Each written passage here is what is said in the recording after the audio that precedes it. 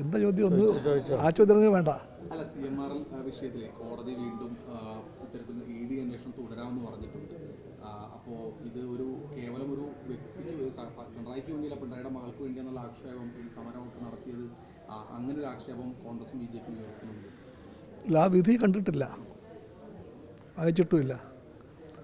ഇപ്പോൾ അതേപ്പറ്റി അറിയില്ല. ഞങ്ങളുടെ സമരം ഏതെങ്കിലും വ്യക്തിക്ക് വേണ്ടിയായിരുന്നില്ല.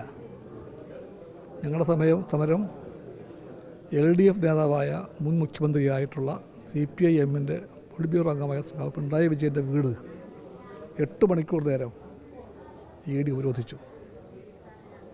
8 മണിക്കൂർ ഇന്ത്യ മുഴുവൻ പറഞ്ഞു.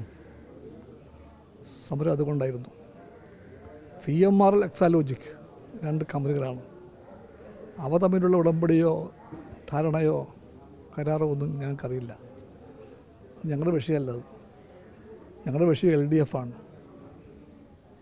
LDF നേതാവായ പിണറായി വിജയനാണ്. അദ്ദേഹത്തിൻ്റെ വീട്ടിൽ ED അനാവശ്യമായിട്ട് വന്ന് കയറി ഒരു ചീത്ത പ്രതീതി ഉണ്ടാക്കാൻ വേണ്ടി അനവധി മണിക്കൂർ അവിടെ യുദ്ധക്കളമാക്കി മാറ്റിയാൽ ഞങ്ങൾ തീർച്ചയായിട്ടും നോക്കി നിൽക്കില്ല. അതിനർത്ഥം ഏതെങ്കിലും കമ്പനികളുടെ ബിസിനസ് ഏർപ്പാടുകളിൽ ഞങ്ങൾക്ക് താല്പര്യമുണ്ടെന്നല്ല, താല്പര്യമില്ല.